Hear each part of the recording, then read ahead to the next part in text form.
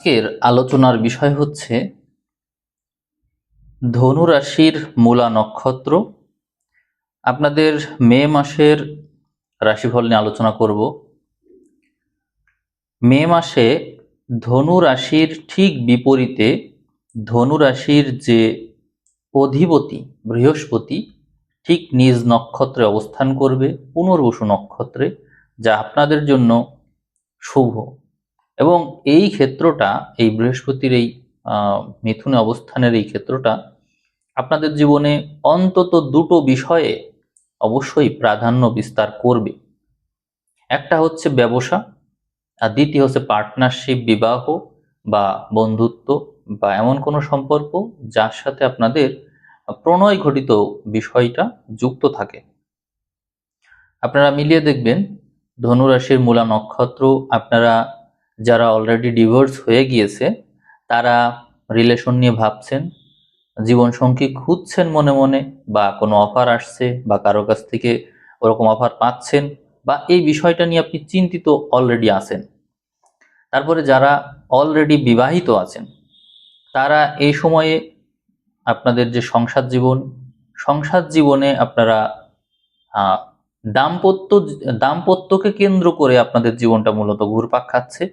এখন সময় ভালো যাচ্ছে কিনা আপনাদের, সেটি নির্ভর করছে অন্যান্য বিষয়াদির উপর। যেমন আপনাদের যে রাশির অধিপতি বৃহস্পতি, এ তো সপ্তম ঘরে আছে, অর্থাৎ আপনারা অবশ্যই জীবন সঙ্গীর প্রতি ডেডিকেটেড থাকবেন, এই কথাটা স্পষ্ট। অর্থাৎ আপনারা যার প্রতি অনুরক্ত থাকবেন তাকে নিয়ে আপনারা ভাববেন, তার সেবা যত্ন করা বা তার ভুল ভাঙানো বা তার কেন্দ্রিক চিন্তা করা, এই বিষয়টা সবার আগে থাকছে। সেই আপনি বিবাহিত হন বা না হন বা কোনো রিলেশনশিপে থাকুন, যে কোনো কিছুই হতে পারে, কিন্তু অপর পক্ষের মন বুঝে চলার যে বিষয় সেটি অবশ্যই সবার মধ্যে থাকছে। আর আপনাদের যে নক্ষত্র অধিপতি কেতু, কেতু নিজ নক্ষত্রে আছে সিংহতে। এই সিংহের অধিপতি রবি, রবি যেখানে যেভাবে থাকবে সেই অনুযায়ী কেতু ফল দেবে। তো দেখা যায় যে রবি এপ্রিল মাসে ভালো অবস্থানে ছিল না, এমনকি মার্চ মাসেও রবি ভালো অবস্থানে ছিল না। এই জন্য আমি যে মে মাসের রাশিফল বলছি তাতে আপনাদের সন্দেহ হতে পারে যে বিপরীত ফল কি করে হতে পারে। অর্থাৎ যেখানে আমার মার্চ মাস ভালো গেল না, যেখানে আমার এপ্রিল মাস ভালো গেল না, সেখানে আমার মে মাস কিভাবে ভালো যেতে পারে। এখানে রবি মাসের যে প্রথম 10 দিন, সেই 10 দিন পর্যন্ত ভালো ফল হয়তো দিতে পারবে না। কারণ হচ্ছে শনি মঙ্গলের প্রভাব বা সংযোগজনিত কারণে যে প্রবলেম, সেটি তখনও থেকে যায় এই রাশিচক্রে। এই জন্য প্রবলেম হতে পারে, যেহেতু আপনাদের জীবনে ভুল বোঝাবুঝির মাত্রাটা বেশি এবং আপনাদেরকে সবসময় ভুল বোঝা হয়ে থাকে। যে কোনো ক্ষেত্রে সে ব্যক্তি যেই হোক, যত বড় জ্ঞানী ব্যক্তিই হোক, তার সাথেও আপনার ভুল বোঝাবুঝি হবে। সে বোঝাবে এক, আপনি বুঝবেন এক, অথবা আপনি বোঝাবেন এক, সে বুঝবে আর এক। এরকম করে আসলে আপনাদের জীবনের মূল ধোঁয়াশাটা সৃষ্টি হয়। তো কেতু যেহেতু নিজ নক্ষত্রে আছে এবং আপনাদের রাশি অধিপতি নিজ নক্ষত্রে আছে, অবশ্যই আপনাদের মধ্যে একটা গোয়ার তুমি স্বভাব থাকবে। আপনারা আবার এখানে মন খারাপ করতে পারেন আমার এই কথা শুনে। আপনাদের মধ্যে জন্মগতভাবেই গোয়ার্তমি আছে, আপনারা একটু জেদি প্রকৃতির মানুষ, কারোর কোনো কথা শুনতে চান না। পরবর্তীতে হয়তো দেখেন যে না, আমার মনে হয় কোনো সুযোগ হাতছাড়া হয়ে গেল, বা হচ্ছে আমি হয়তো আম, ভুল করলাম কিনা, কিন্তু তারপরেও মাথা নত করব না, আমি যা বলেছি তাই, এরকম গোয়ার্তমি এই মাসে প্রাধান্য পাবে। আর এই বিষয়টা মূলত প্রাধান্য পাচ্ছে এপ্রিলের 15 তারিখের পর থেকে। এপ্রিলের 15 তারিখের পর থেকে কেন প্রাধান্য পাচ্ছে? কারণ কেতু যে ঘরে আছে, সিংহের ঘরে, এই সিংহের অধিপতি রবি আহ, তুঙ্গস্থ হচ্ছে, প্রভাব বিস্তার করছে। এই জন্য আমি বললাম যে রবি যখন স্ট্রেংথ পাবে তখন মূলত এই সমস্যাটা সৃষ্টি হবে। তো আমরা রবিকে এখানে দেখতে পাই মূলত মে মাসের 14 তারিখ পর্যন্ত। এই সময়ে রবি এখানে তুঙ্গস্থ অবস্থায় থাকছে এবং এর আগেও রবি এখানেই ছিল। এই জন্য বললাম যে এপ্রিলের 15 তারিখের পর থেকে মে মাসের 14 তারিখ পর্যন্ত যে সময়, এই সময় আপনাদের গোয়ার্তমের মাত্রাটা বাড়তে দেখা যায়। আর সেই কারণে আপনারা যদি দেখেন আপনাদের হাতের যে হেডলাইনের স্টার্টিংটা খেয়াল করবেন, আপনারা অলরেডি এই বিষয়ে ধারণা রাখেন, তারপর আমি একটু আইডিয়া দিচ্ছি। আপনাদের যে হাতের যে হেডলাইন, এই যে এইখানটা দেখুন খেয়াল করে, দুই হাতেই দেখবেন, এইখানটা যদি আলাদা থাকে, অর্থাৎ আয়ুরেখা থেকে হেডলাইন যদি আলাদা থেকে হেডলাইন যদি আরেকটু উপর থেকে বের হয়ে আসে, অর্থাৎ এই দুটো রেখা একত্র না, আমার যেরকম একসাথে দেখা যাচ্ছে, একসাথে নেই, যদি আপনাদের হেডলাইন এরকম থাকে, তাহলে আপনাদের মধ্যে গোয়ার্তুমির মাত্রাটা অনেক বাড়বে। আর সেই কারণে রিলেশনশিপ এর বিষয়টা ভালো হওয়ার পরিবর্তে মন্দও হয়ে যেতে পারে, যদি কিনা আপনারা এই জিনিসটা সমঝোতার মাধ্যমে মে মাসের 10 তারিখ পর্যন্ত নিতে না পারেন। অর্থাৎ মে মাসের 10 তারিখের পর থেকে সবকিছু আস্তে আস্তে স্পষ্ট হয়ে যাবে। এই জন্য আমি বললাম যে আপনারা মে মাসের 10 তারিখ পর্যন্ত কি কোনো রকমে টিকে থাকতে পারছেন? যদি পারেন তো ভালো। আর ব্যবসার ক্ষেত্রে বলবো, আপনি যদি ব্যবসায়ী হয়ে থাকেন, এই সময়টা খুবই ভালো ব্যবসায়ের জন্য। এখানে দেখা যায় যে ব্যবসা ঘরে বৃহস্পতি অর্থাৎ আপনার রাশির অধিপতি অবস্থান করছে, এবং একই সাথে ধনুর উপরও বৃহস্পতির দৃষ্টি রেখেছে, ফলে আপনার স্বাস্থ্যগত যে বিষয়টা সেটি ভালো থাকছে। এবং অন্যান্য গ্রহ অবস্থান, অর্থাৎ আপনি যদি আপনার ঘর থেকে ত্রিকোণ সৃষ্টি করেন, যে 3টা ত্রিভুজ হয়, এই ত্রিভুজেও ভালো গ্রহ আছে। সপ্তমে তো গ্রহ আছেই, শুভ গ্রহ আপনার জন্য। আপনার নক্ষত্র অধিপতিও ত্রিভুজের যে 3 নম্বর ঘর, ওখানে আছে। আরেকটা ঘরে রবি বুধ আছে, যা সবই শুভ। এখানে আমরা রবি, বুধ, বৃহস্পতি এবং কেতুর একটা স্পষ্ট প্রভাব দেখতে পাই, যা আপনার জন্য সর্বাত্মকভাবেই শুভ। তাহলে প্রবলেমটা আসলে মূলত কোন দিক দিয়ে? প্রবলেমটা হতে পারে যে ওই যে ঢাইয়া বলে একটা জিনিস আছে, রবি রবি না, শনির যে একটা প্রভাব, শনির শনি হচ্ছে আপনার রাশিতে দৃষ্টি রেখেছে দীর্ঘদিন ধরে, এবং এই শনির সাথে মঙ্গল যুক্ত থাকার কারণে আপনি প্রভাব পেতে পারেন, অর্থাৎ নেতিবাচক প্রভাব বা নেগেটিভ প্রভাব পেতে পারেন। এই সম্ভাবনাটা আছে। আপনাদের 3য় ঘরের রাহু থাকছে, যা আপনার প্রচেষ্টা বলকে অবশ্যই ত্বরান্বিত করবে। কেতু প্রধান মানুষের সাধারণত ডিসিশন নিতে সমস্যা হয়, মাঝে মাঝে খুব বেশি জড়তা চলে আসে, কাজ করতে ইচ্ছা করে না, এগুলো হয়। কিন্তু এই সময়ে নানা রকমের কাজের প্রেসারে আপনি হয়তো আপনার যে এক্সপেক্টেড কাজ, সেই কাজগুলো সময় মতো করতে পারবেন না, জড়তার কারণে, মানসিক চাপে বা বিভিন্ন রকমের পরিস্থিতির কারণে। তবুও একটা ভালো বিষয় আছে, সেটি হলো সুবিবেচনা করার যে মানসিকতা, এটি থাকছে। যদি তেমনটা আপনার ইচ্ছা নাও করে, আপনি কোনো বিশেষ ব্যক্তির সহযোগিতা অবশ্যই নেবেন, অর্থাৎ পরামর্শ নেওয়ার জন্য এই সময়টা আপনার জন্য খুবই ভালো। যতদিন বৃহস্পতি, আমরা মিথুনে দেখতে পাচ্ছি বৃহস্পতিকে, আপনার মধ্যে মানুষের সুপরামর্শ নিয়ে এগিয়ে যাওয়ার মানসিকতা দেখা যায়, আপনার মধ্যে ধৈর্য বৃদ্ধি হতে দেখা যায়। আমরা চাকরি বাকরির ঘরেও এই সময় গ্রহ দেখতে পাই, এবং আপনার যে কর্মঘর, এই কর্মঘরে শনি মঙ্গলের প্রভাব পড়ছে, এবং আপনার যে ষষ্ঠ ঘর, সেখানে শুভ গ্রহ আছে। ফলে আপনি টেকনিক্যাল কাজে ভালো করবেন, ধরুন ইলেকট্রনিক্স বা কোনো ডিজাইন বা ফ্রিল্যান্সিং, এই ধরনের কাজে সবচেয়ে বেশি ভালো করার সম্ভাবনা রয়েছে। আপনারা সাধারণত কেতু প্রধান হওয়ার কারণে যে কোনো প্রকার অ্যানালিটিক্যাল বিষয়ে ভালো করতে পারেন, এই সময়টা সেরকমই সময়। এই জন্য আপনার চাকরি বাকরির ক্ষেত্রে আইসিটি রিলেটেড বা অ্যানালিটিক্যাল অ্যাবিলিটি এর প্রয়োগ হয়, এরকম কাজ আপনার জন্য সবচেয়ে ভালো হবে। ব্যবসায়ের ক্ষেত্রেও আপনি এই সময় যথেষ্ট ভালো করবেন, অর্থাৎ কর্মঘরের ক্ষেত্রে আমরা দেখতে পাই ব্যবসা, চাকরি দুটোই ভালো। আর সার্ভিস ওরিয়েন্টেড যারা আছেন, তাদের জন্য সময় ভালো, অর্থাৎ যারা কোথাও চলাচলের মাধ্যমে সার্ভিস দিয়ে থাকে, যেমন কুরিয়ার সার্ভিস আছে বা অন্যান্য যে সার্ভিসগুলো আছে, এক্সপোর্ট ইম্পোর্ট, এই ধরনের সার্ভিসের জন্য আপনার সময়টা ভালো।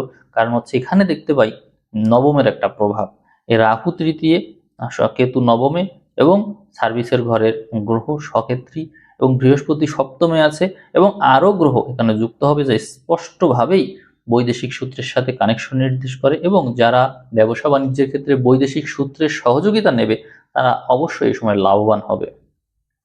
আপনারা যারা বৈদেশিক ক্ষেত্রে আগ্রহী বা বিদেশে যেতে চান বা হায়ার স্টাডির জন্য চেষ্টা করছেন, তাদের জন্য এই সময়টা শুভ আছে।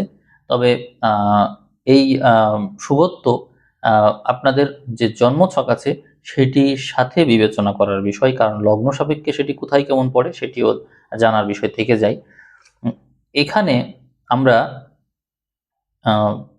আপনাদের যে গৃহ বিষয়ে যে আগ্রহ দেখান, এখানে কি দেখাচ্ছে একটু বলি। গৃহ সংক্রান্ত বিষয়ে শনি মঙ্গল যুক্ত থাকার কারণে সংসার জীবনে ব্যাপক পরিমাণে ঝগড়াঝাটি, তারপরে হচ্ছে কথা কাটাকাটি, দ্বন্দ্ব বিবাদ, একজন আরেকজনের সাথে কথা বলেন না, আলাদা হয়ে যাওয়া, সংসার জীবনে এরকম নানান সমস্যা রয়েছে। যদিও বৃহস্পতি সপ্তমে, তবুও সংসারের ঘরে শনি মঙ্গল থাকার কারণে আপনাদের জীবনে ধস নেমেছে এই বেশ কয়েক বছর ধরেই ধস। আর এই ধসের যে চূড়ান্ত পর্যায় হচ্ছে মার্চ এবং এপ্রিল মাস। মে মাসের 10 তারিখ পর্যন্ত এই সময় থাকছে। এই সময়ের মধ্যে সম্পর্ক ভেঙে যাবে, সম্পর্ক স্পষ্ট হয়ে যাবে, সমঝোতাও করবেন, ভাঙবেন, সমঝোতা করবেন, মাপ চাইবেন, এরকম নানান কিছু ঘটবে। অর্থাৎ মান সম্মান কিছুই আর থাকবে না অবশিষ্ট, অহংকার জিনিস তো থাকবেই না, অর্থাৎ সম্পর্ক টোটালি স্পষ্ট হয়ে যাবে। এই সময় আমরা এই যে মে মাসের আবহাওয়াগত পরিবর্তন দেখতে পাই।